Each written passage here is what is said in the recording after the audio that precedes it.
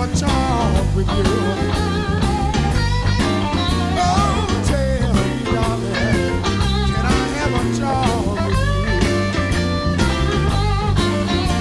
Tell me, pretty darling, oh, I love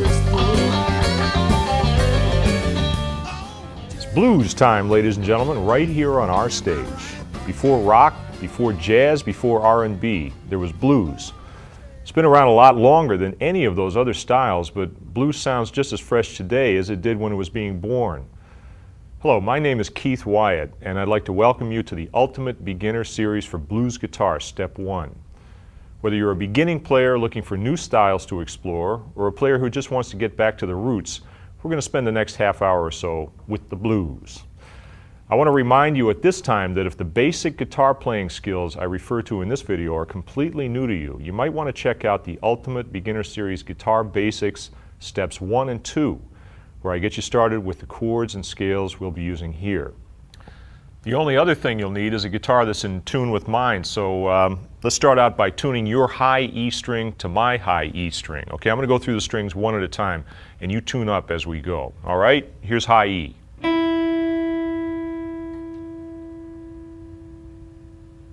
Here's B. And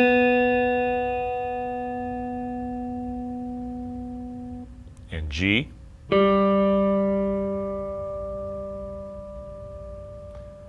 Now we'll go to D.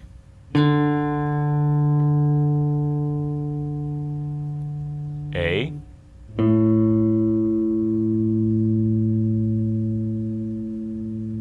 And the low E.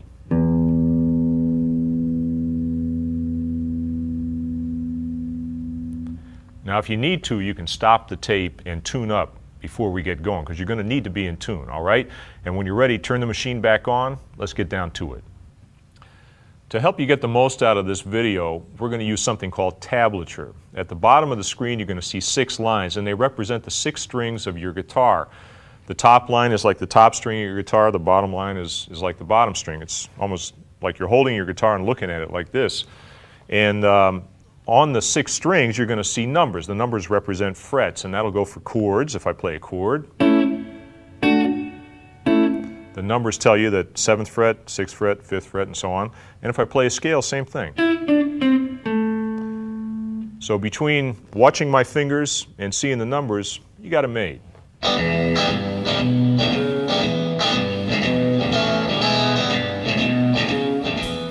There are 3 basic elements to any style of music, and that includes blues. The 3 elements are harmony, melody, and rhythm. The place we're going to start playing blues is with the rhythm, because that's the driving force behind the style, and as you'll find out, you can play some pretty good stuff with even 1 note or 1 chord if the rhythm is right. In blues, the basic rhythm is called the 8th note triplet shuffle. Now just to back up a little bit, the basic beat in most styles of music is called the quarter note, and it has that name because there are 4 of them in a complete measure.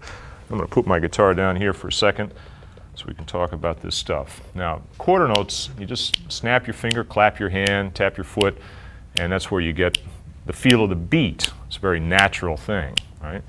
Now you take 4 of them in a row. 1, 2, 3, 4, 2, 2, 3. There's your measure.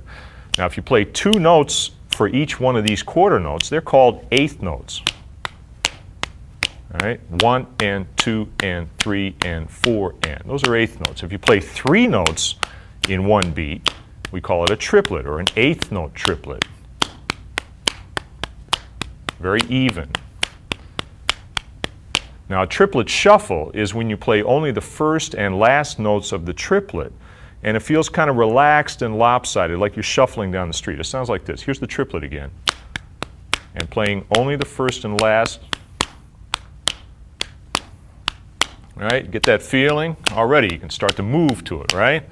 Now compare that to the straight 8th note. Here's the straight 8th note and the shuffle.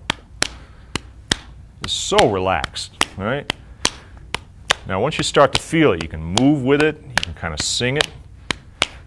Da, da, da, da, da, da, da, da, da. You get that groove going, pick up your guitar and play the, oh yeah.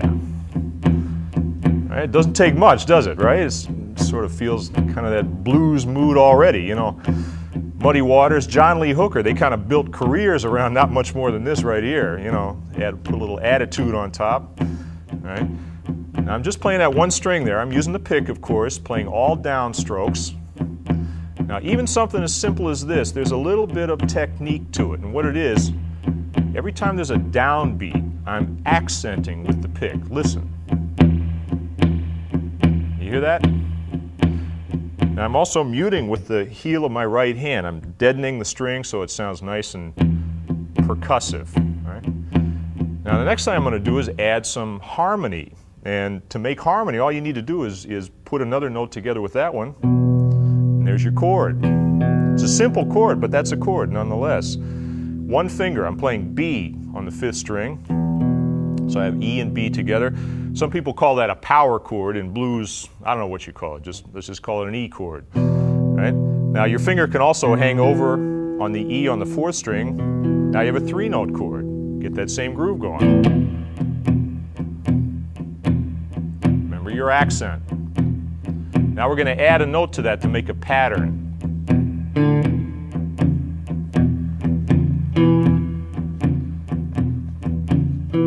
Now the note I'm adding is C sharp. It's at the 4th fret on the 5th string. In relation to the E chord itself, the root E, it's the 6th note. The B is the 5th, the C sharp is the 6th. So I'm going from the 5th to the 6th. Right? And there's my pattern. Still keep accenting in the same way. Now to make it hip, I can use a little upstroke now and again, so I can get the high E and the B there together.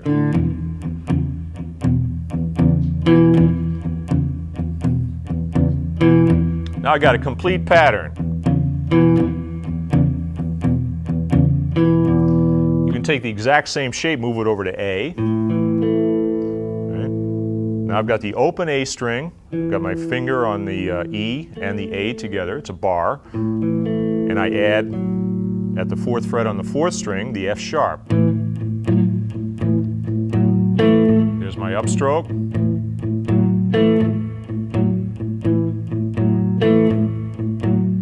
Go back to E. Oh yeah.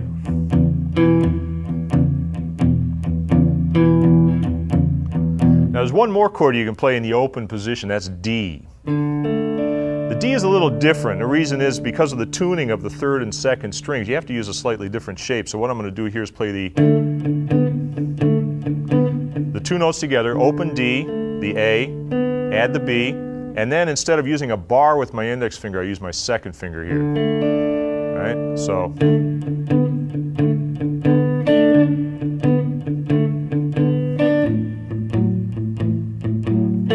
now E,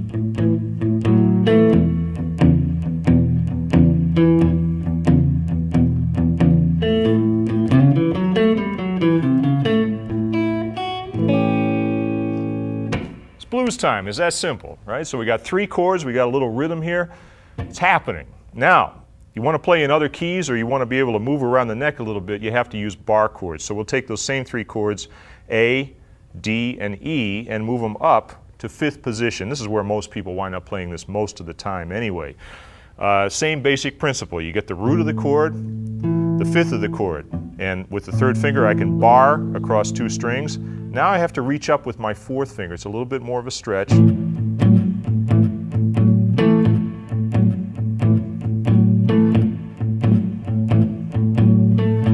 Now if I want to play D, shift over to the 5th string. Right? You have to be careful with the right hand now because the tendency is going to be to want to hit that low string. You don't want to do that. So you deaden the low string with the tip of your finger. My right hand is still kind of tight here.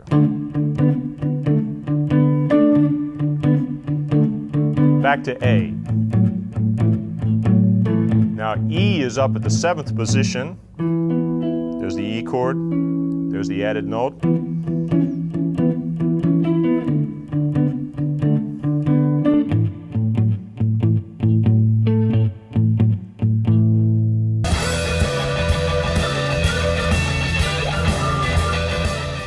now that we got 3 chords in a pocket, we need somewhere to use it. And what we're going to do is play what we've just learned over the 12-bar progression. This is the most common progression by far in blues.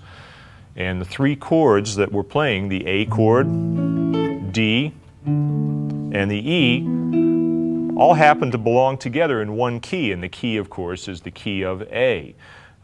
In the key of A, the A chord, logically enough, is called the 1 chord. It's the tonic chord, based on the first note of the scale. Now, when you go up to the 4th note of the scale, that's D. So we call that the 4 chord. And then, of course, E is right next door. That's the 5 chord. And 1, 4, 5, arranged in the 12-bar progression, is the foundation of the style that we play today that we call blues. Now, here's the way it works. You're going to play 4 bars on the 1 chord. We'll use our little rhythm pattern here to get started. All right. There's bar 1, 2, 3, 4. Now we're going to shift over to the 4 chord. 2 bars on the 4 chord. Here's the 2nd bar.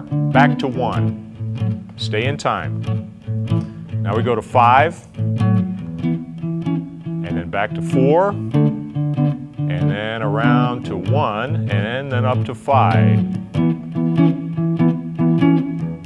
And then the whole thing starts all over again. It's an endlessly recycling progression. There are some variations that you run into, and we'll get into some of those later on in this video and in step 2. The first thing I want to show you is the way that people usually handle the 5 chord at the end. Instead of playing a full bar of 5, there's a little variation people use. 5 chord, 4 chord, here's the 1. Right. That's the sound that you hear most often on almost every blues record. Now what I did there is I actually hang on to the 1 chord for 1 extra beat. 5, 4, and instead of a bar of 1 and a bar of 5, 1, 2, and, right? So what I did is I hung onto the 1 chord and then slid down into the 5 chord, and this requires a new chord. Now in the beginner series, step 2, I showed you dominant chords, dominant 7th chords. Here's a 9th chord.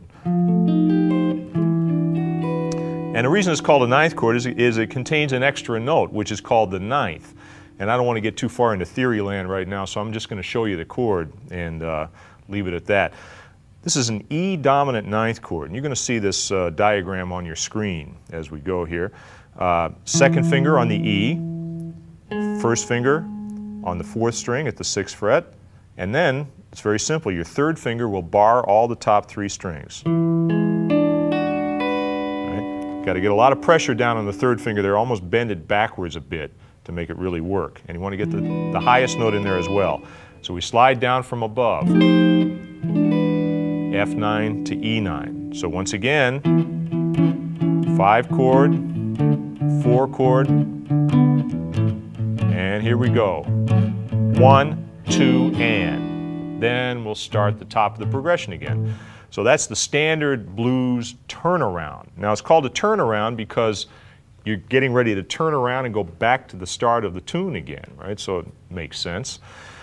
Now we've got a groove, we've got a little chord pattern here, we've got a turnaround, we've got a 12-bar progression. Let's talk about some other ways to play rhythm. The one that I just showed you is probably the fundamental rhythm groove that guitar players have played for as long as the style's been around. But when you have more than one guitar, 2 guitars playing together, usually you'll have one guitar playing that, and then the second guitar has to do something different. Or if you're playing on a tune, you don't want to do the same thing all the time. You need some variations. So I'll show you a couple of real common variations. Now one is to take the chord that I showed you in step 2 there, the dominant chord, big fat bar chord all across the 6 strings, and you play a little pattern. Instead of playing a constant beat, what you do is play some accents. It goes like this. 1, 2, 3, 4.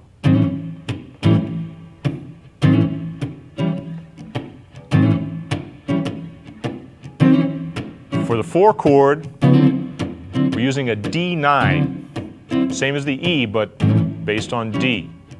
And then E, D, and here's the the turnaround. Right?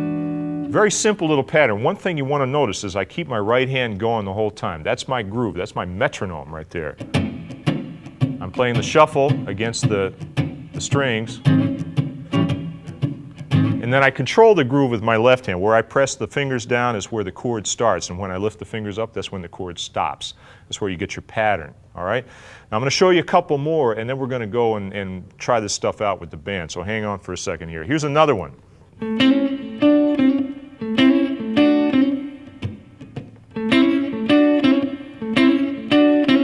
Right, now that's authentic blues rhythm phrasing right there. This is based on a lot of different players that you hear throughout the history of blues. Now what I'm actually doing is starting with what looks like an A minor triad and then hammering on with my second finger. See that move there? Right? Hold the third finger down as you do that. So you're hearing the full chord with the note hammered on.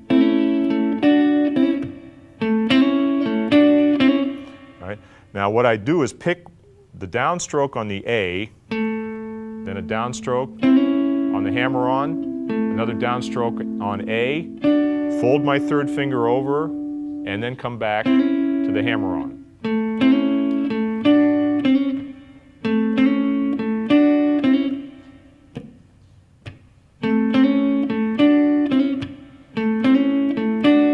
Now for D, instead of staying in this position, I'm going to move up to where the D chord is located, based on the same shape.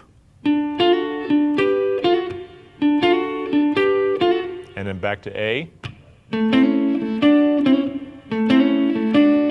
And then up to the E chord, D, and then A. And the turnaround, right? Now you can do little variations on that kind of a thing as well. Here's another variation that I kind of like. Instead of hammering on, you can go like, you can slide into the shape. And in this case, you take your first finger, second finger, slide them up a fret. Third finger.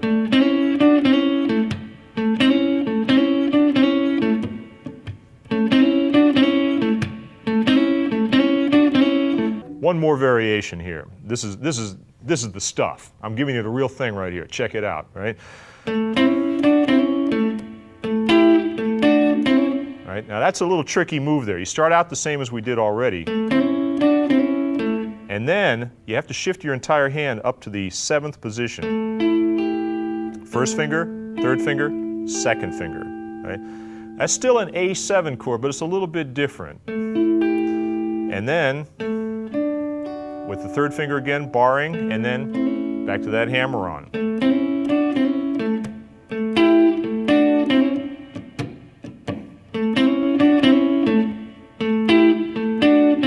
That move is going to take a little while to get down. You have to work on the shifts so that you're making your connection very smooth. Up to D.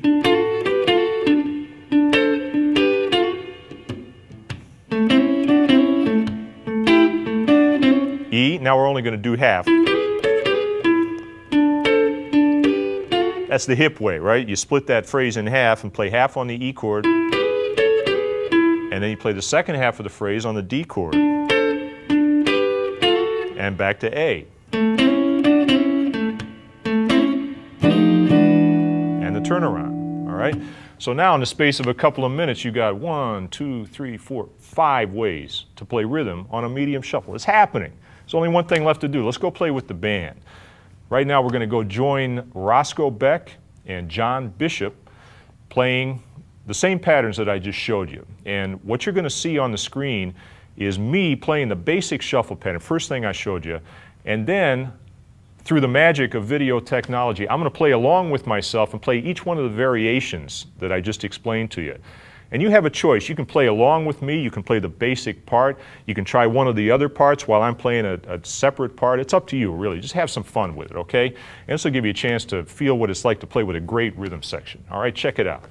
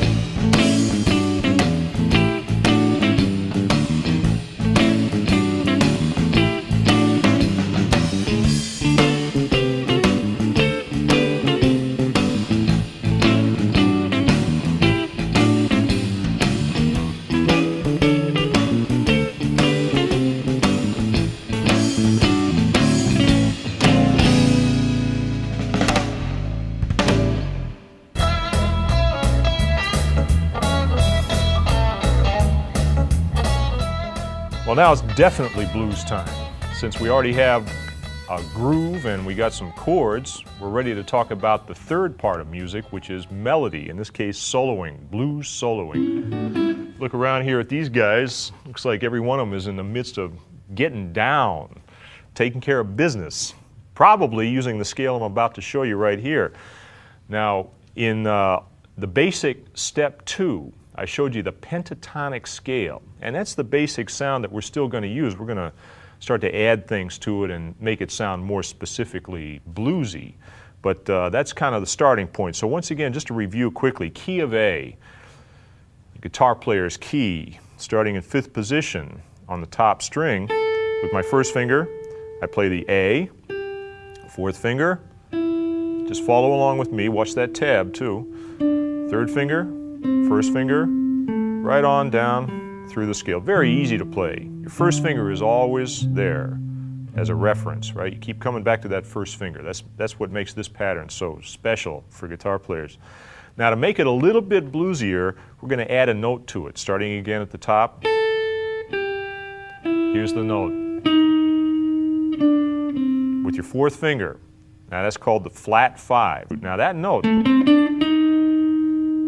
you just play it one time, it sounds bluesy. What can you say? They call that a blue note. And that's kind of one of the things that makes blues sound the way it does. You hear little phrases. And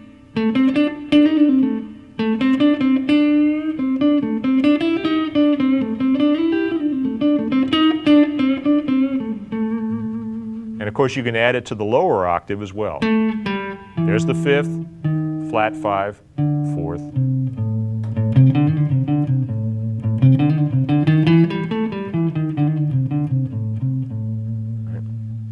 So there's our basic blues scale pattern. Now if you want to, you can stop the tape and just kind of run your fingers around that pattern a little bit.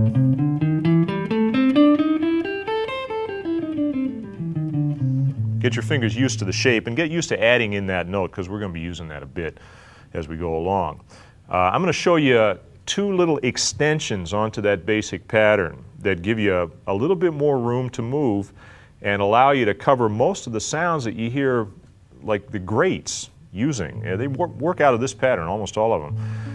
First of all, instead of stopping on the low A there, we're going to go down 2 frets to G. And you get this little, what they call a box shape down here. 1st finger, 3rd finger. There's the G, the A. Then we get the C instead of up here. We get it here, and then the D there. So as you come down the scale, and then you can add that flat 5 again. So it kind of gives you a way to play in the lower octave and get down to it in that position. Moving back up, all you have to do is shift up and you're back in position. And now we're going to add something onto the top. Moving up to the next spot, we're at the 10th fret now, and come back down again. And you get a little position right here, which is one of the most common and most useful positions. You can bend from it.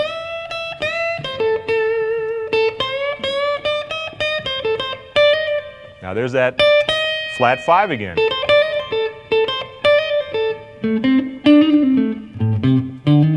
Right?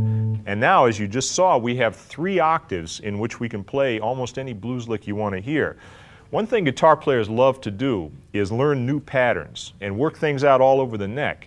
And that's cool, but in blues you don't really need to do that as much as you might want to do it in other styles, because if you can find a good melody, usually it sticks within about 1 octave. And then all you have to do is move it down 2 frets, move it up 2 frets, and you got it. So these are our 3 basic positions that we're going to be using. And from this point on, once you got the basic technique, it's all phrasing. So let's take a few minutes and talk about that.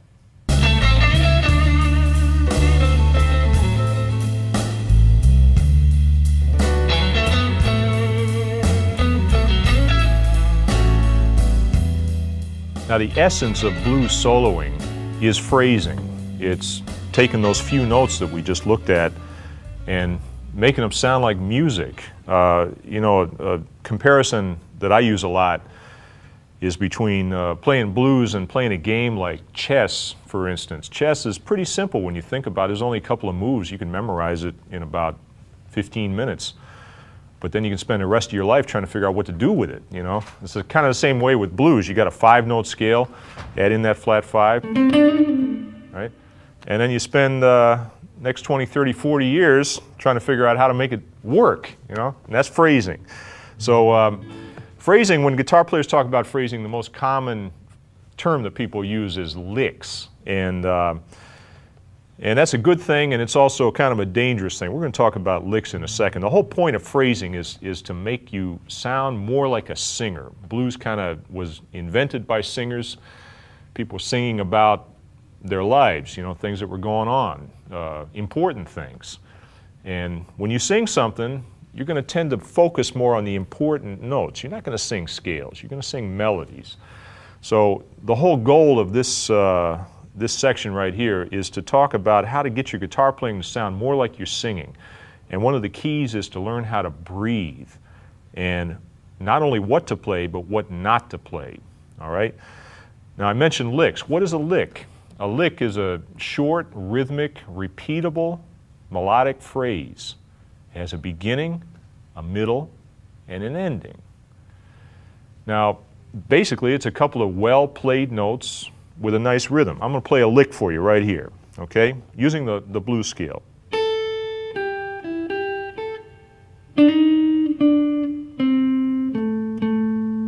Right. Now that has a beginning,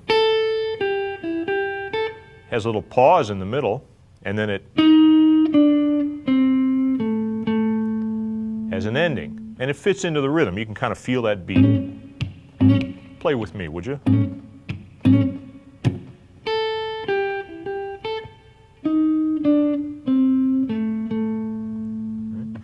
That's pretty easy to play, and nothing tricky in the technique at all, really. But it sounds nice. Now, what is it that makes it work? Well, there's a couple of things going on there. One is the rhythm. Da, da, da, da, da, da, da, da, da. It has a nice natural feel to it. With that pause in the middle, it kind of makes it feel like you're saying something, taking a breath, and then completing the idea. That's the essence of phrasing. Also, it rhythmically fits into the groove in a nice way, right? Now, there are no real hard and fast rules about what beat to start on, what note to start on. The only way to really learn phrasing is to listen to people that know how to phrase and copy. And over time, your own style will start to come out of that, all right? But I'm going to show you some of the basic techniques that people use. First of all, back in the basic step 2, I talked about hammer-ons. Now, this is something all guitar players use. It's a way of blending the notes together a little bit. So for instance, I'm picking every note here. And I'm using all downstrokes. In blues, as a rule, you don't have to worry too much about tricky right-hand technique. Downstrokes work most of the time. One thing I'm going to do to kind of change it a bit is, instead of picking all those notes, I'm going to pick this note, pull off, hammer on. You hear the difference? Kind of changes the way the notes flow together. Smooths it out a little bit. Now check this out. Instead of picking the flat 5, I'm going to hammer on from the 4th. I get...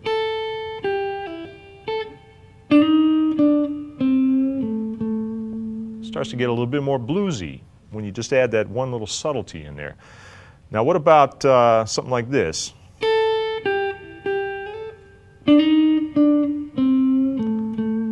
Now there, instead of hammering on, what I did was I slid from one note to the other. Right? And when you slide, it's more like your voice. Ah, right? You don't actually hit the notes as separate sounds. You kind of blend them together. And then, instead of hammering on, slide. That's a real common phrase in blues, in jazz. Okay. Now another way to blend the notes together is to bend.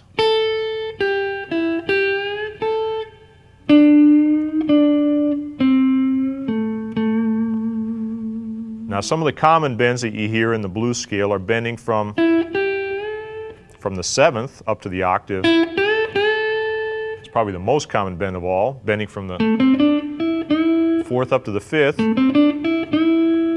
or bending just a half step.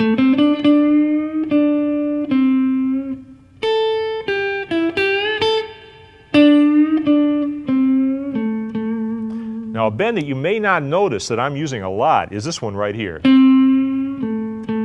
Now that is really a blues bend right there. What I'm playing is the 3rd of the scale, the root, the 3rd, right? But instead of playing that note right there, I'm playing that note. Now it's not quite there, it's not there, it's halfway in between. That is the blues, that's a blue note.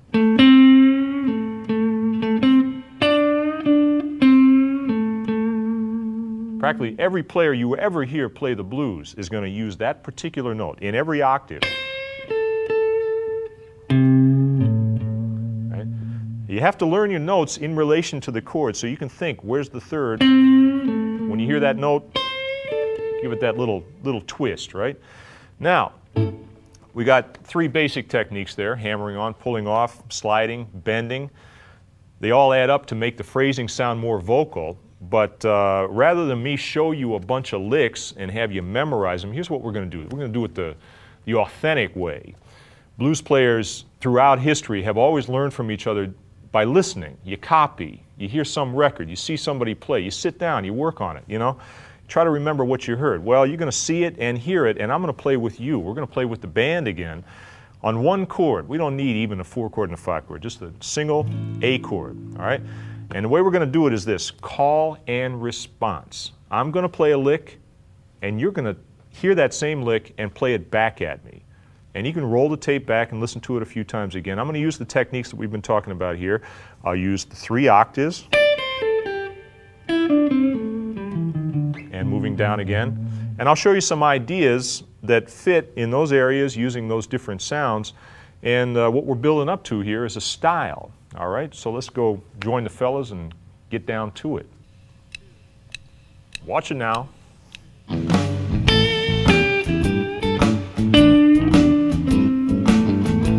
Take it. Check this out.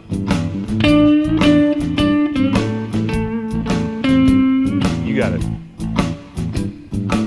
Same thing. Take it down.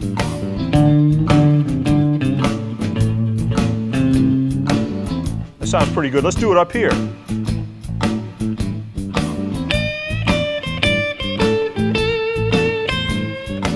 Oh, baby. How about this one?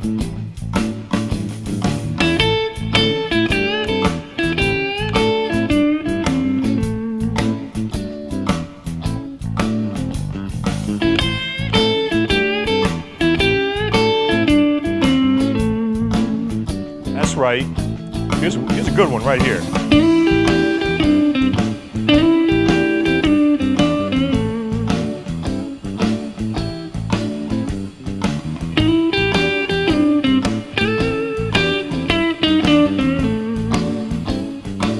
Let's go up in this spot for a second.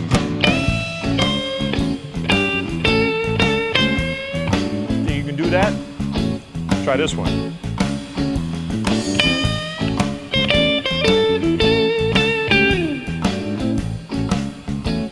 One more. Here we go.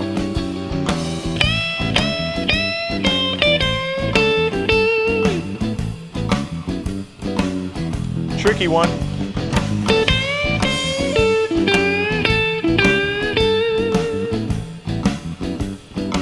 Here we go. Back to 5th.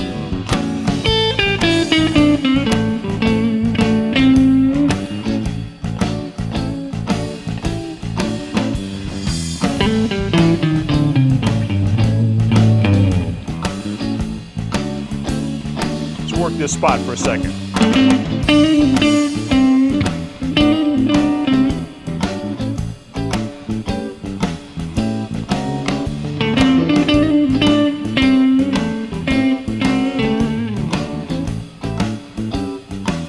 Here's a classic.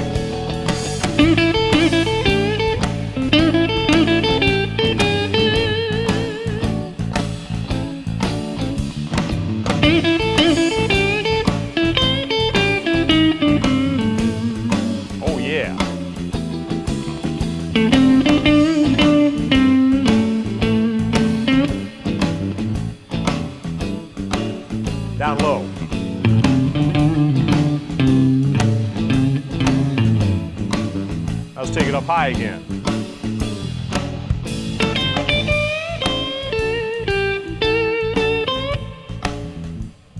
Let's get mellow now.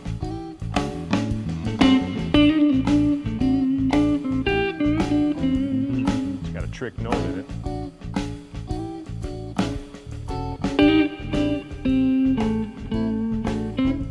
Gotta hold that note down while you play it. Watch it.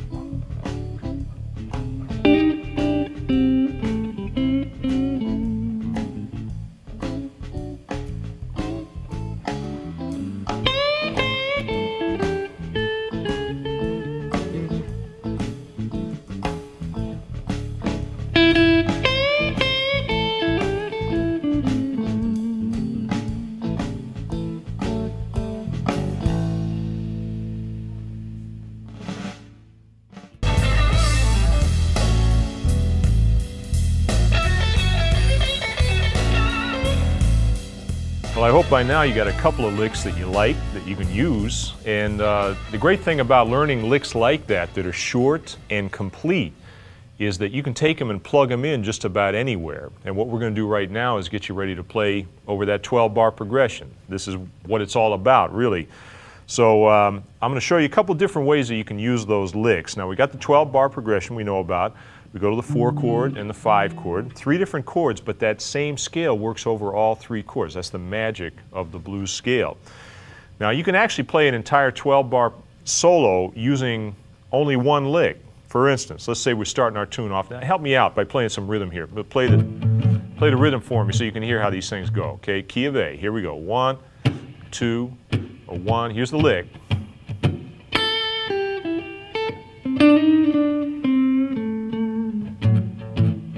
Here comes the 4 chord.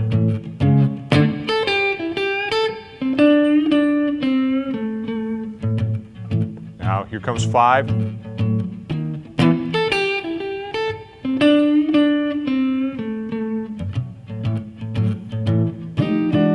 Right?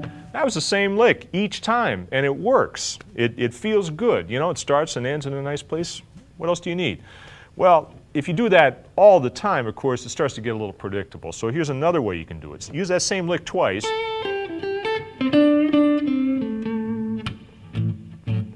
Right, 4 chord.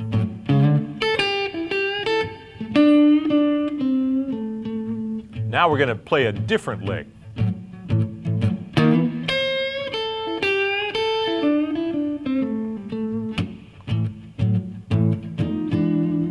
That's taking the idea of call and response, which we used over a single chord, and adding it to the 12-bar concept. So you have the call again, you have the response. Now, does that remind you of something? It should. That's how singers in blues phrase their vocals. They sing the same line twice, and then they sing an answering line.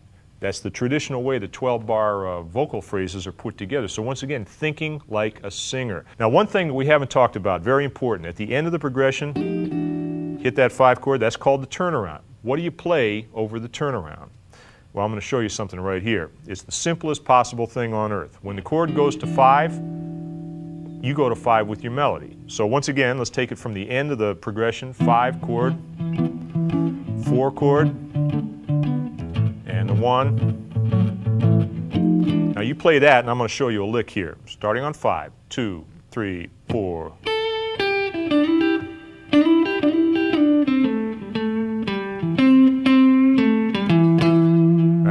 Now when you went, I went, what did I do? I just played the root of the 5 chord. That's the turnaround. That locks me in to the sound of the band, and it makes the solo sound complete. Very important. Don't forget it.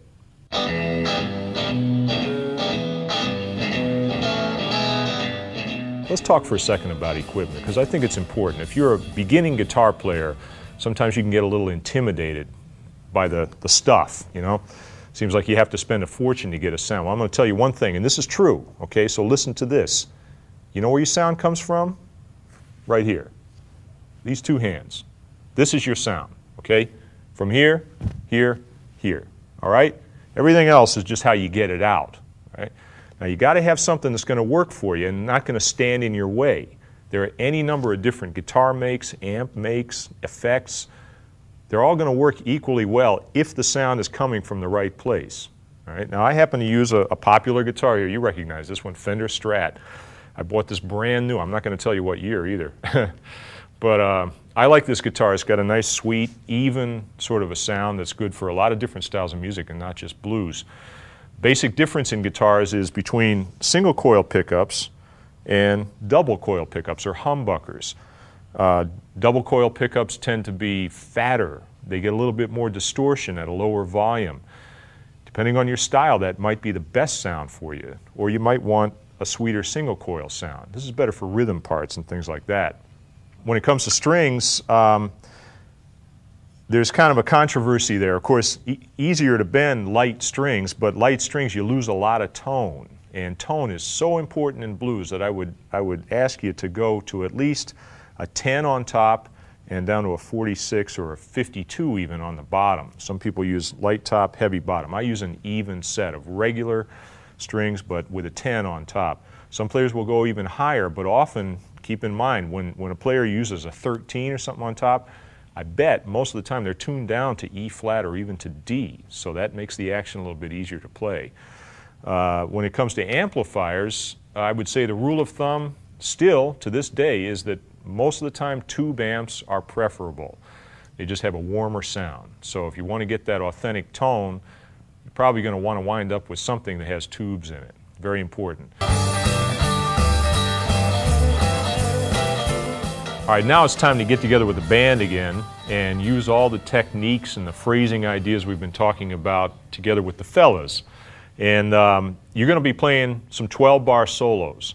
Now remember, when you get to that 5 chord, the turnaround, just hit the root of the chord. It's E, right? You can play it down here, you can play it up here. And remember what else I told you when you were playing rhythm at the end of the tune, where do you go?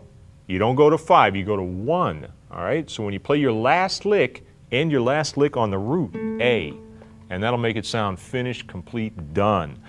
Now when you're playing blues solos, there's something you have to keep in mind. If you're going to play 2 or 3 choruses in a row, it's like you're telling a little story. And just like a lick has to have a beginning, a middle, and an end, your entire solo wants to have that same feeling. That's what makes it really work. So don't go too high, too fast. You build your momentum up gradually. You might start out low and leave lots of space, and then you start to fill in the space a little bit more, play a little bit faster, maybe play some more notes, start to go up higher in register. And also don't forget that right hand. The right hand really contains the key to dynamics. That's loud and soft. And if you want to be intense, you don't have to play fast, you just play harder. So if you want to really go high, of course everything we're learning right here, go up 12 frets, same exact shape. It's a little harder to play up there because you have to kind of reacquaint your hand with the position, but that's all you really need, and there's some fabulous players, Albert Collins among others, that are basically 2-position players. They play here, they play here, and then they take it up an octave, and that's it, right? And they built careers on that. So don't think you got to know a bunch of patterns before you can play, all right? So we're going to go join the band right now, and tell you what, here's what we're going to do. I'm going to play a solo through with the band one time myself and use the same kinds of ideas that we've been talking about. Then we're going to start them up again, and it's going to be your turn. You ready? Let's do it.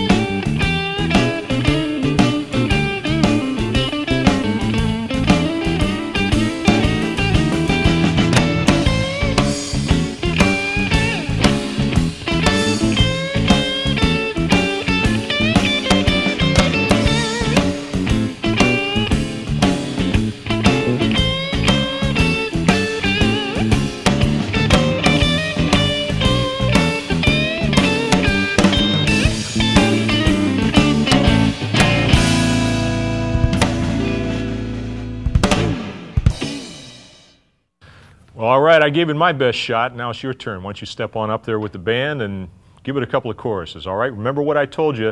Don't forget about that one chord at the end and dig in.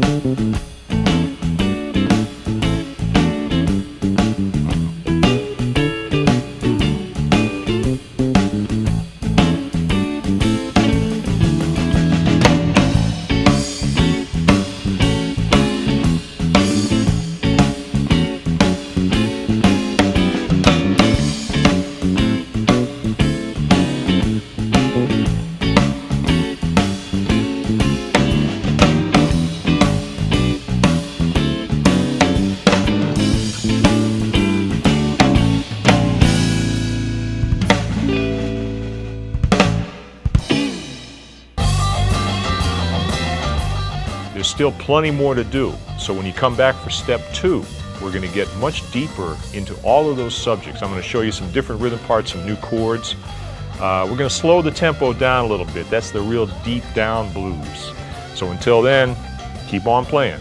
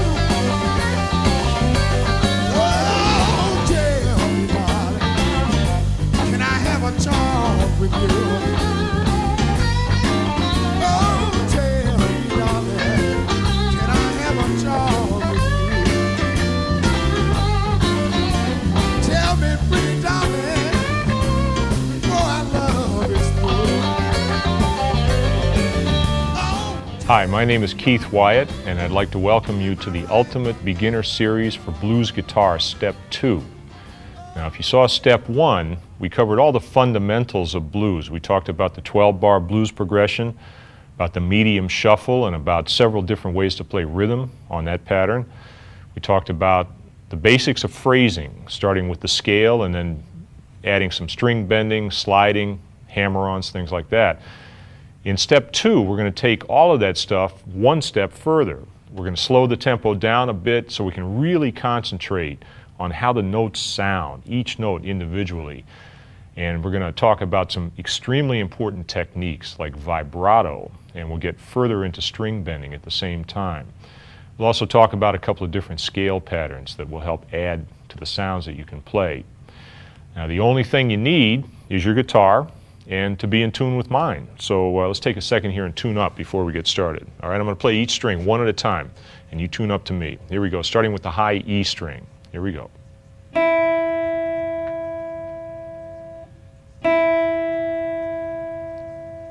Now B.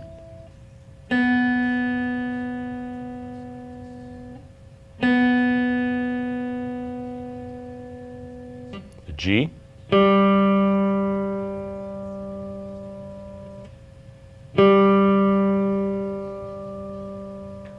D,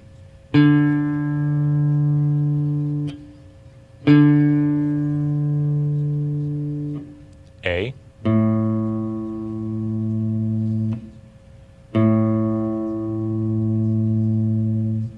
and low E.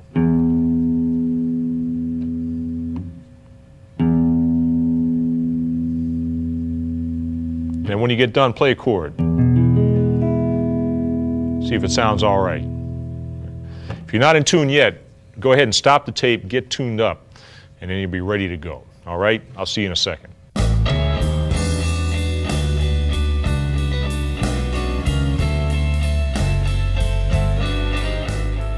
In step one, we talked about the medium shuffle, and I talked about the 12-bar chord progression. There's a couple things I want to add to that. We're still going to talk about a shuffle, but we're going to slow the rhythm down a little bit. And when you slow it down, you can start to feel each part of the triplet. At a medium tempo, of course, you got the dot, dot, dot, dot, dot, dot, dot, dot, dot feeling going, right, with the first and last part of the triplet. At a slower tempo, start to feel more like the full triplet. Dot, dot, dot, dot, dot, dot, dot, dot, dot, dot, dot, dot, dot. It's still a shuffle, but it's a slow shuffle, and this is the essence of slow blues. Also, we're going to change key. Everything we did in step one was based around the key of A. Let's go to the key of G, just for a change. And we might even change it up again later on. You don't want to be stuck to some fret, do you, huh? So, key of G. Now, what do? Well, here's A on the 6th string. Move it down. There's G. Want to play a blues in G? You got it. Now, with the 12-bar progression, we played a very standard, basic version. 4 bars on the 1 chord, 2 bars on the 4 chord, and so on.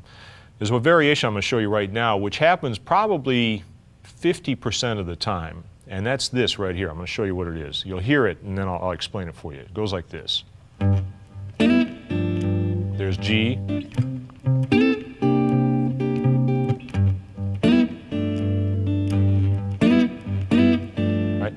Now what happened? I counted the thing off, and instead of staying 4 bars on the 1 chord, I went directly to the 4 chord in the 2nd bar. That's called a quick change. That's what everybody calls it, so you want to know that name. Quick change means 4 chord in the 2nd bar. Then you go right back to the 1 chord for 2 more bars, so it's still a total of 4. 1 chord, 4 chord, 1 chord, 1 chord. Then you change to the 4 chord as you did previously, 2 bars on the 4 chord, then back to 1 for 2 bars. Then you go 5, 4, 1, turnaround. That's the only thing that really changed, all right? Now, in addition to that, I'm going to show you a new rhythm pattern. This has been around for quite a while. It's actually invented probably by T-Bone Walker over 60 years ago. It goes like this.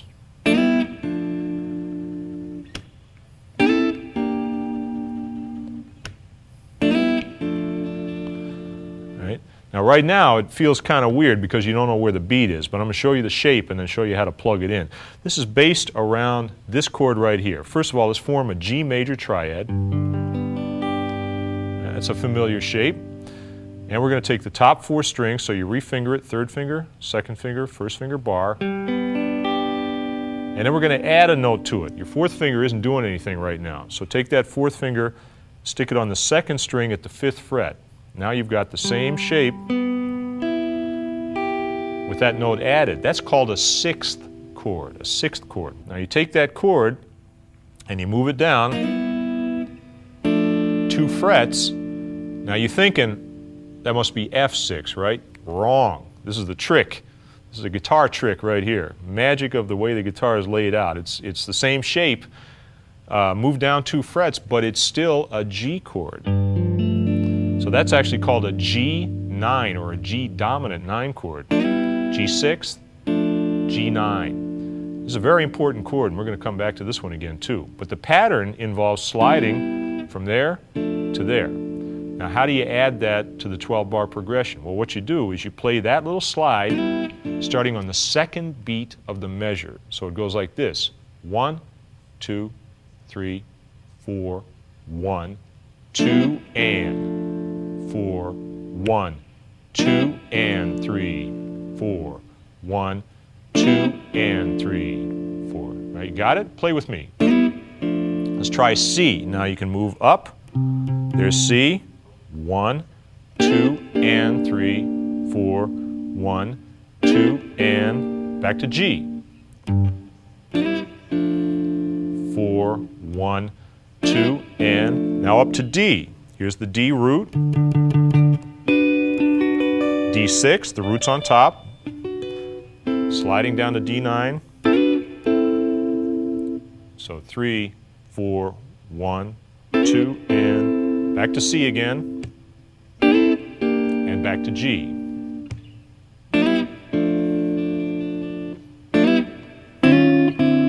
Remember the turnaround? That's from step 1. We go from the chord half step above the 5 chord down to the 5 chord, playing a 9th chord. You recall that shape. All right? So there's your slow blues rhythm part. Now the way I showed you is to take the same shape and move it around. I'll show you one more little trick here. It makes it a little easier even. There's your slide, 4 chord.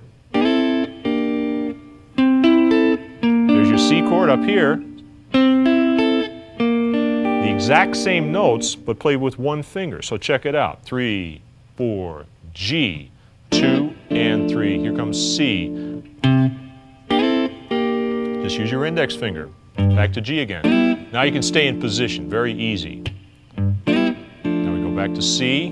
I'm putting in the bass note there just so you know where you are. I hope you're playing with me now. Come on. Here's D. Now we start here. Right? Same shape as the C. And back to G again. And the turnaround. Got it? Work on that one for a second.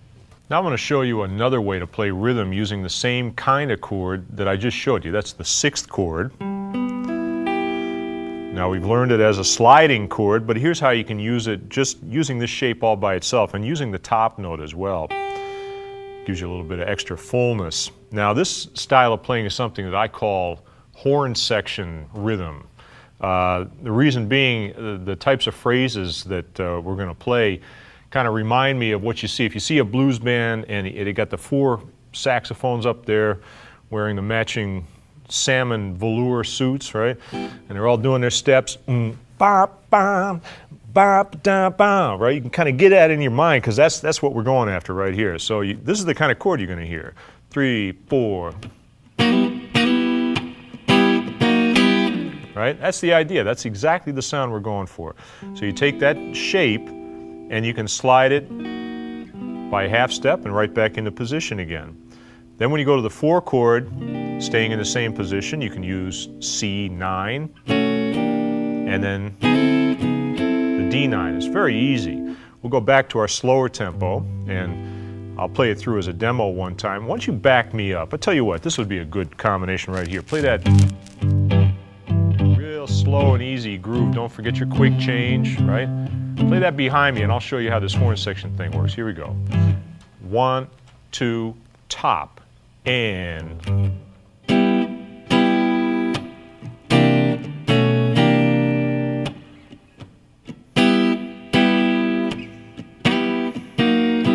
we're back to 4 now.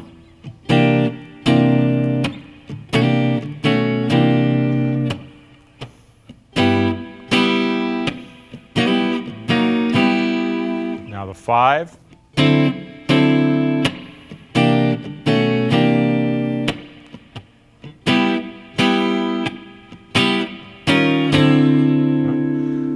It's really easy, and it's a nice, effective way of building the groove up a little bit. If you combine that with this one, you've got 2 different ways to play rhythm on a slow blues, in addition to all the other styles that I showed you in the previous video.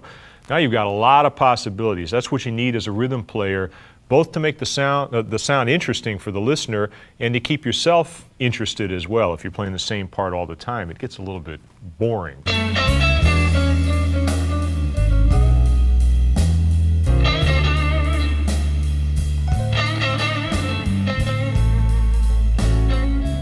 Now that we have a couple of different rhythm patterns, let's put it all back together in a 12-bar progression again. I'm going to show you 2 more variations. First, I'm going to show you a new introduction, and then I'm going to show you a new chord to use at the end. All right, starting with the introduction. There are 2 ways that bands generally start blues songs most of the time, and one of them is just to start from the 1, as they say. In other words, count the song off and start right on the 1 chord and go through the progression, either with the quick change or without. That's the kind of thing you talk over beforehand. The second way that's extremely popular is what they call take it from the 5. And what this means simply is you start with the 5 chord and play the last 4 bars of the 12-bar progression, which we've been doing as we've been working on some of these little patterns here. So we get 5, 4, and then you'll play the usual turnaround. Then you start the next chorus from the top, right? And keep going from there. It's a nice introduction. It gives you a little variety in your arrangements, and it kind of sets the song up. So it's a good one to know. That's called From the 5. So we're going to play an arrangement in just a moment here that uses that particular introduction. The second thing is the last chord. Now, as I mentioned in step 1, when you get to the end of a blues, it's very important that you end on the 1 chord. The timing is all the same as it is for the rest of the choruses. You go 5, 4, now we're coming up to the end. This is the last chorus, the song's over. You don't go to 5, you go back to 1. That's extremely important. If you go to 5, it sounds like you're going to keep going. This sounds like you're ending. Now the chord I'm using here is the new thing. This is also a 9th chord. And all I've done is take the sliding chord that we learned earlier and add one more note to it. And the note is this right here. And this is called G dominant 9th. Now the funny thing about this chord is that you look throughout the notes here, there's no G in that chord. The bass note, the root, is over here, and you're not playing it. The bass player is playing it, right? So when you hear the bass player play the G and play this chord against it, you get this overall effect. I'm using my thumb here. So there's your G dominant 9th chord. If you want to use the same chord for C, you can go up the neck and find it in the 8th position. There's your root. You're not playing it, but there it is. You can see it. There's D. All right. So now we have 2 ways to play a 9th chord. G9 and C9, 2 different voicings. We have G6.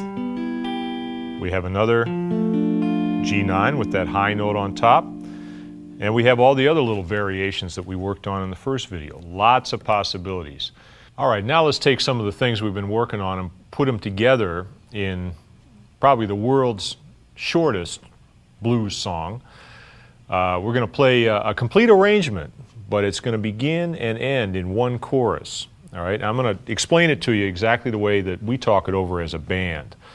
Now this is a 12-bar slow blues in the key of G, quick change. The intro is from the 5, and when we get to the end, I'm going to throw one more thing on you right here as a rhythm player. What we're going to do is come up to the end, and you're playing your whatever part you're playing. Here's the 5 chord, the 4 chord. When you get to 1, you're going to stop along with the band, 4, 1, then end, and use that 9th chord that I showed you at the end there. That's the hip chord right there. All right, now during that break, I'm going to play a little lick. As a matter of fact, I'm going to jam over the whole thing. You're going to back me up. It better be good too, huh? So you can use anything you want. You're going to hear some rhythm guitar on the track, and you can play around that. You can play with that, right? It's just using all the same ideas we've covered and putting them together in different ways so you get a taste of it. All right, you ready? Let's do it.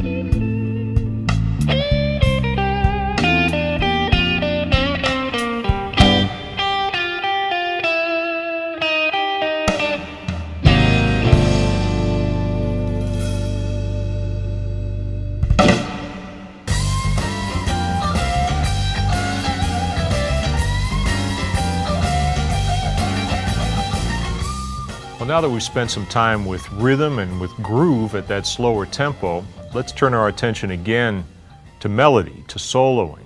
And slower tempo is a good place to really get into phrasing because you've got more time to think about the notes. It really brings out the quality of each note, and that's what phrasing is all about, is make each note sound finished before you go on to the next note. Very important point. Now, as part of our phrasing discussion here, we're going to open up the neck a little bit, and let me review for just a second what was covered in step one. We talked about the blues scale, and since we've been in the key of G so far, we'll stay here for the moment. Blues scale in the key of G would be based around the 3rd fret. And remember, we added some low notes and some high notes. Right? So now in the key of G, we can cover the 3rd fret region down to the 1st fret and up to about the 8th fret. Now, one alternative, if you want to go higher, is like many great blues players do, you just skip immediately up to the octave, which is all the way up here at the 15th fret. And you can obviously find all the same notes up there that you found down at the 3rd fret. There's another pattern that players use to help fill in the gap between what you've got in this area of the neck and what's all the way up high. And that's the one I'm about to show you. This is based around the 10th position. We're in the key of G, remember. And if our first pattern was built essentially around this big G major bar chord, then the next pattern I'm going to show you is built around this G major bar chord. And this is one that everybody knows. It's convenient to think of chords and scales as being related. If you let them get too far apart from one another, it makes your soloing and your rhythm playing kind of separate. And that's not a good idea, especially in blues. So we think of all of our scales as being related to chords. So there's a G chord up in there, and we want to find a G blues scale.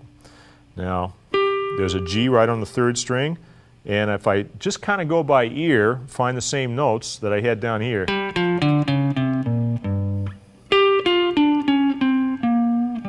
There it is, and as a matter of fact, it's precisely the same shape moved up an octave. And now the low G is on the 5th string. And now I can add a little bit down below.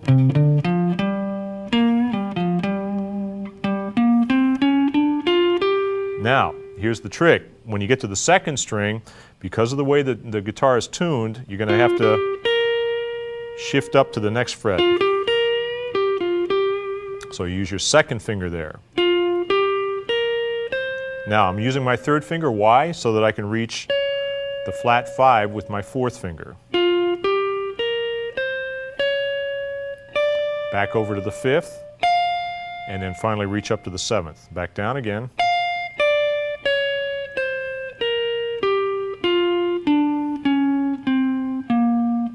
Shift.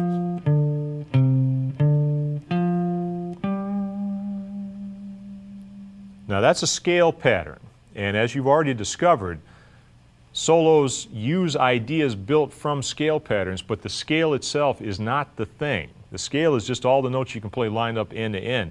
It doesn't make a melody. So we're going to want to fish around within that pattern to see if we can find some phrases. Here's the way to do it. Take the phrases you already know from your more familiar position down here and find them in the new spot. All right, there's a familiar phrase in G.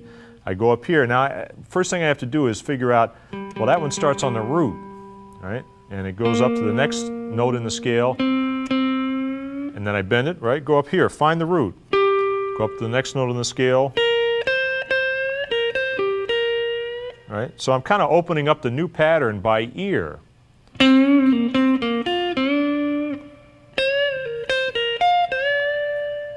The shape is different. It's going to make your hands do different things, different combinations of fingers. At first it might seem kind of confusing, but if you relate it back to your original chord shape and use the sound that you're already familiar with, you're going to start to hear and see new phrases in this new position. And what it does is give you a lot more flexibility. You can now link together this spot on the neck to this spot, to this spot, to this spot, and you have very few open spots left. So now you're kind of getting command of the entire neck. All right? So in a little while, we're going to play along with the band again, and I'll give you a chance to use that pattern. But before we do that, I'm going to show you another idea. We're going to get a few things going here, and then you can kind of go back and forth and try them out. So far we've concentrated our melody around the blues scale. That's kind of the basic sound in blues, of course. But you hear a lot of notes like the stuff I was just playing while you were backing me up.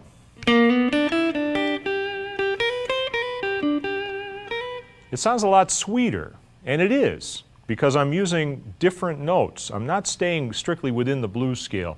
I'm trying to get a sweeter sound by emphasizing notes that are not in the scale, but they're in the chord. Now check it out, all right? If we take a chord that we already learned here, the G sixth chord. Now look at that chord and compare it to the blues scale in the same position. Now what notes are in the chord that are not in the scale? There's that note right there.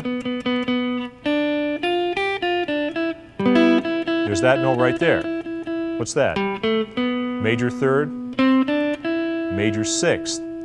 So we've added two new sounds by playing the notes that are in the chord. If I want to sound like my melody matches the chord,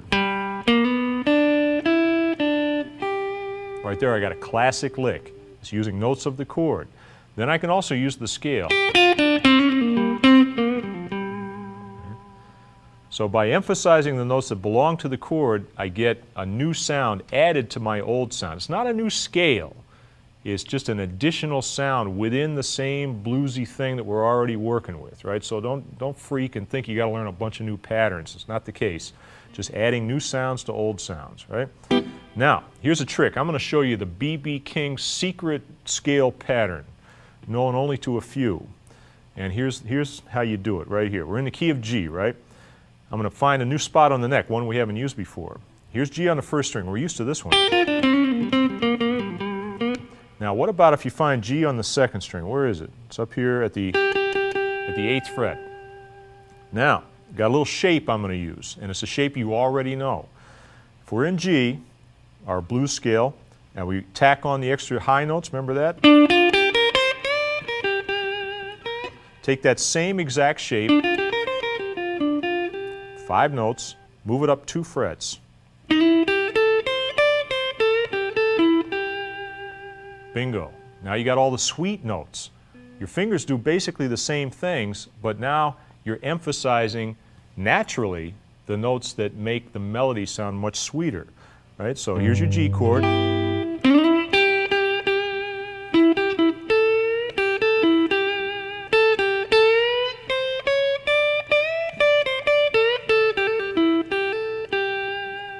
Right? Doesn't that sound pretty? Right? Now you can kind of mix it up a little bit. You can start in this position.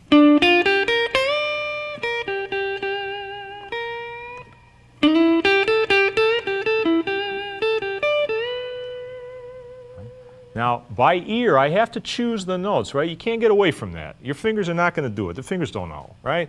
They're just going to run around, and every note's the same as far as your fingers are concerned. Your ear is what's making the choice. So as I bend a note, I have to listen. Is that the note I want? Yeah, that's it, right? If I bend it a little different, I get a whole different effect.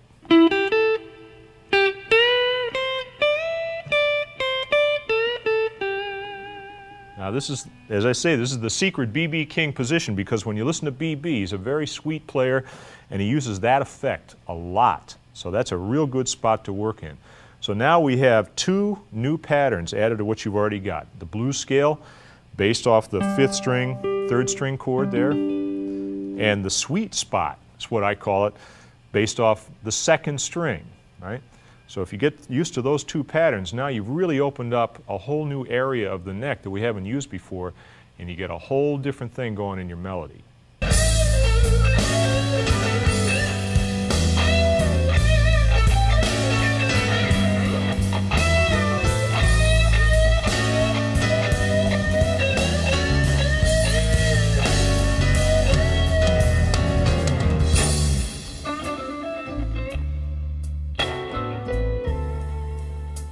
Now before we put our new scales, new sounds to work, let's talk for just a moment about some other phrasing ideas. Remember, phrasing is the idea of taking the notes you play and making them sound as much like a singer as possible. Every time I play, here's a technique that I use without even thinking about it anymore, and that's called vibrato. that's a vocal technique. That's one I've heard every singer use that I ever heard. And it's one of the techniques that might take you a while to really master, but it's worth it because it'll make your playing sound polished. It'll give you that final touch that makes the notes sound finished. I'll just give you a brief rundown of how it's done, and the rest of it is going to be up to you. It's a string bend. We already know how to bend strings, right? We talked about bending up a whole step. Way back in the basic guitar, step 2, I talked about using a couple of fingers and getting more strength behind the note, using your ear, trying to hear the pitch you're reaching for.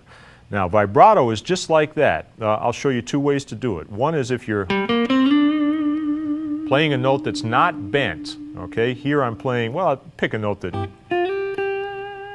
on the 2nd string, that's a good one. That's a G. That's at the 8th fret. All right, I'm using my 3rd finger to play the note, 2nd and 1st finger behind it. And what I'm actually doing, I'll slow it way down for you. I'm bending it up and down. Now it's just like a regular string bend. I'm using all 3 fingers and I'm using my wrist to kind of push it up. As it gets faster and faster, at a certain point, it stops sounding like a bend and starts to sound more like a natural kind of vibration. That's vibrato. Okay? Now the trick is it's all in the wrist. The wrist is moving up with the bend and down again. Up and down. The hardest thing is to get control of that motion so it's even. It's the same width and the same speed all the time. Start out slow. You can even use a metronome. Gradually speed up.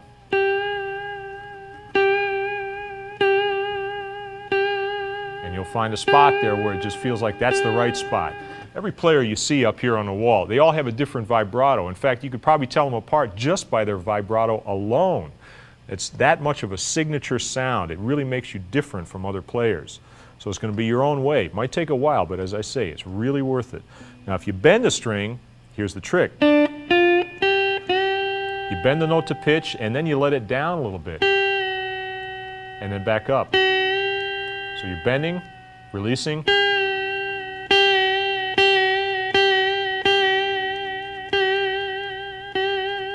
it gradually gets faster. The hardest thing about that is you're going to tend to get worn out. Your wrist will get tired, your fingers will get tired. If you haven't developed your calluses fully yet, your fingers are going to hurt. But if you can do it unbent, then the bent version is much easier. As I say, I use it everywhere. It's a natural part of blues phrasing. Can't really live without it. Another thing is dynamics. That's loud and soft, and that's a natural thing also that you hear singers do. Most of the time I use the pick, or I'll use my fingers. I don't let go of the pick though. If I want to use my fingers, I'll just use them with the pick still attached to my normal position. The fingers give you a little softer sound when you pluck a note with it. You can kind of stroke the string as opposed to striking it with the pick. So that's something you can experiment with. Play soft as you can possibly play.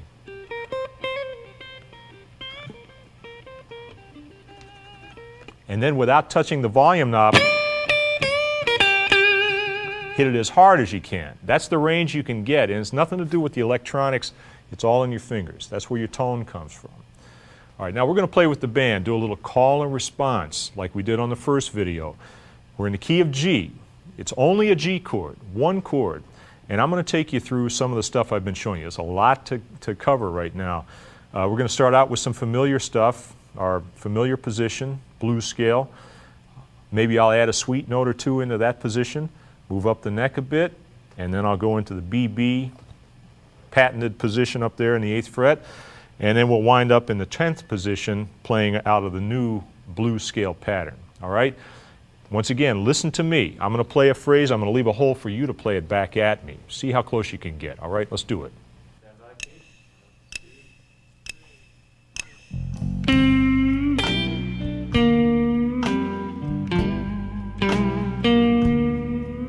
Take it.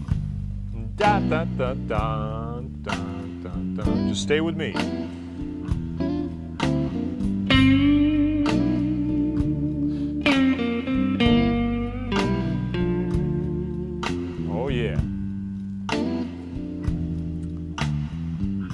Let's not forget the low part.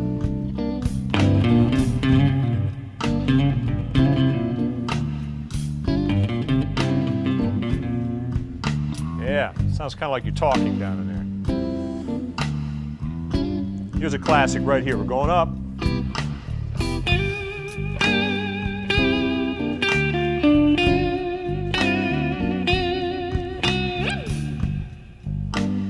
Yeah. Let's stay in that spot for a second.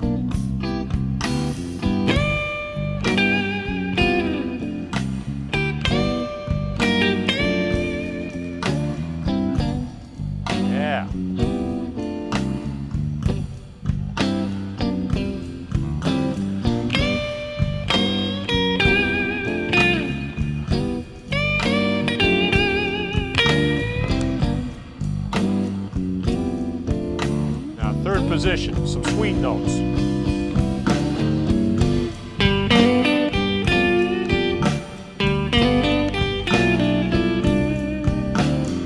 Get that? A little bit more.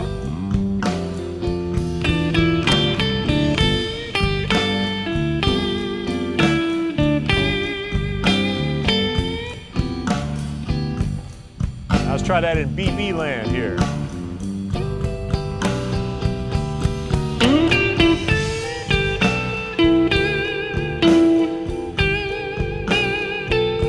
That feels pretty good. Here's a classic BB lick.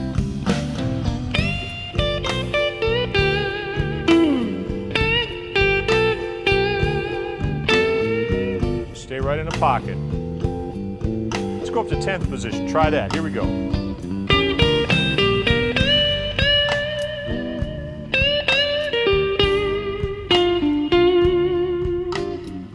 Same phrases you play down low, just move them up.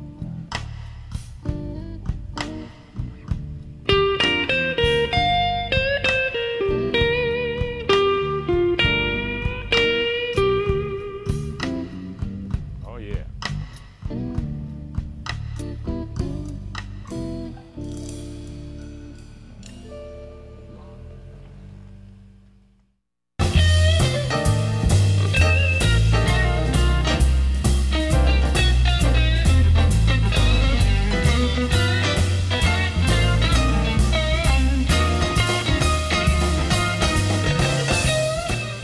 I hope you're starting to get the feel a little bit. Basically, it's the same whether you're playing on one chord or playing on a 12-bar progression, as we're about to do. The only difference is that when you change to a different chord, some of the notes that sound sweet on the one chord might not sound so good against the 4 chord. And that's because what we're starting to do now is get inside the harmony. We're bringing the harmony and the melody, the scales and the chords closer together. And so you start to hear how they really match up. You can't really tear them apart. When we play a sweet note on the one chord,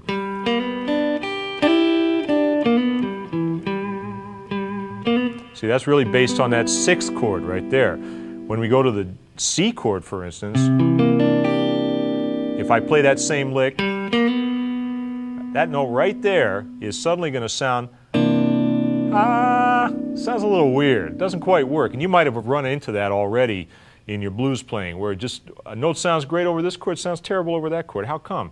Well, look at the chord and look at the note, and you'll find that usually the note that sounds bad is a half step, 1 fret away from a chord tone, and it gets that dissonant thing happening, which you don't always want.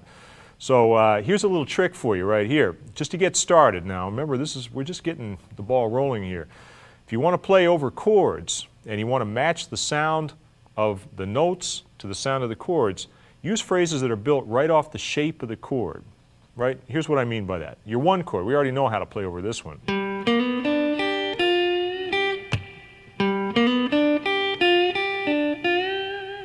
Right? Now the notes that I'm playing there come right from the triad and the 7th. Right? So I'm playing really, essentially, almost what amounts to an arpeggio.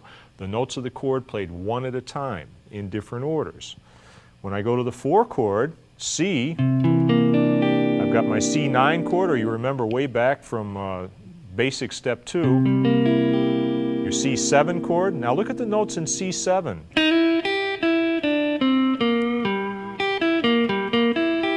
Now that can be a lick, right? Here's your 1 chord lick. Your 4 chord. right? You check that out? All I'm doing is playing the notes of the chord with a little rhythm attached. The rhythm is so important. You can't separate the rhythm from the melody or the harmony, right? You see, everything kind of fits together, and that's what makes the phrases sound good. So I've got my 1-chord lick going up the 1 chord, my 4-chord lick coming down the 4 chord, right? I can go back up the 1.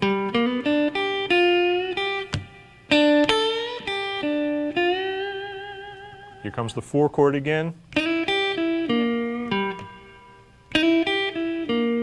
Same notes, back to 1.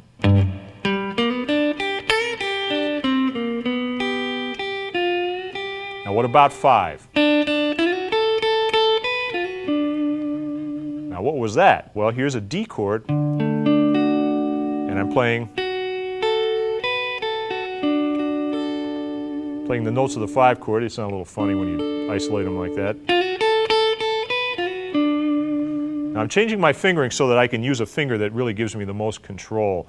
Index finger, second finger. That's where I'm trying to control the note, vibrato, etc. And then back to my 4 chord.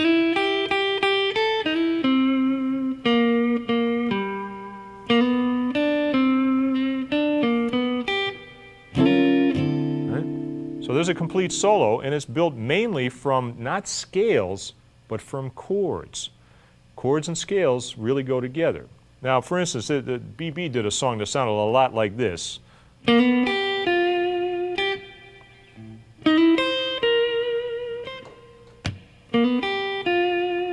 The basic melody of the song was built from the 1 chord, and then, in this case, changing position. So whatever you play here, you can go up, play off the C chord in 8th position,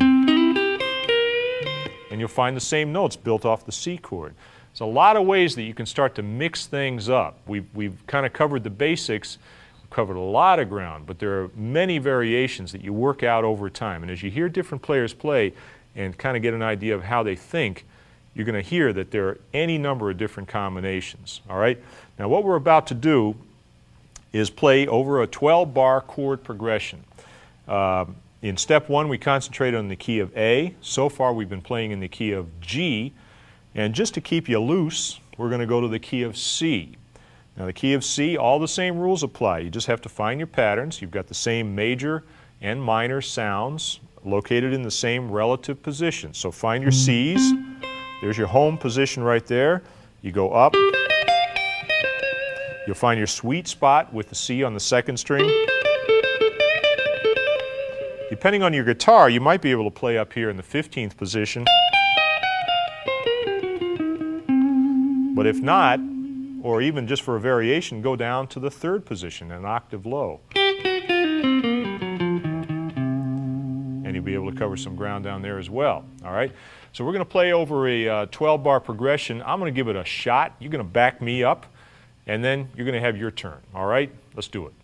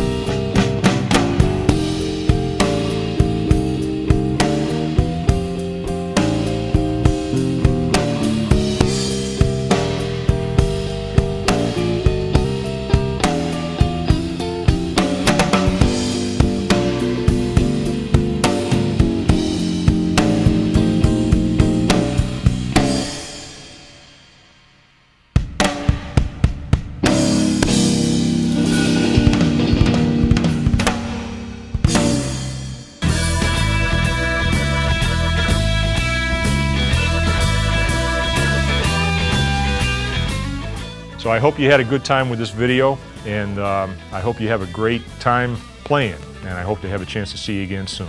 All right, see you later.